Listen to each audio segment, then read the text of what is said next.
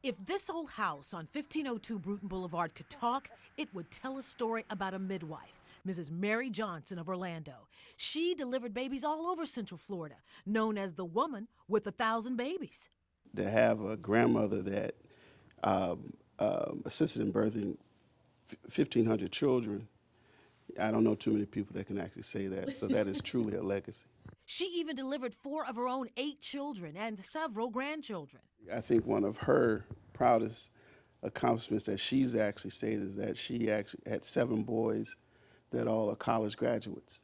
Including his father, 82-year-old Ralph Johnson II, the first African-American principal at then Memorial Middle School.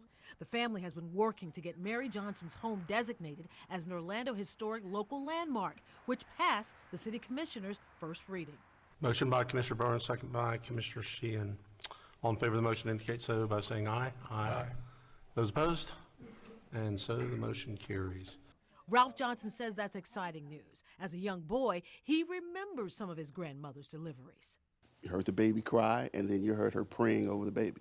According to record, midwifery was a practice that lost its popularity after the late 1950s. But Miss Mary Johnson continued the practice right on up until the early 1980s, just prior to her death at 80 years old.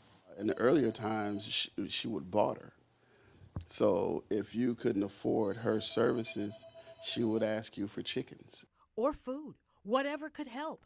That house is full of love, and I'm glad that we're going to honor her in that way of maintaining the home and the property and try to develop it in a way where she'll be proud. In Orlando, Gail Pascal Brown, WESH 2 News.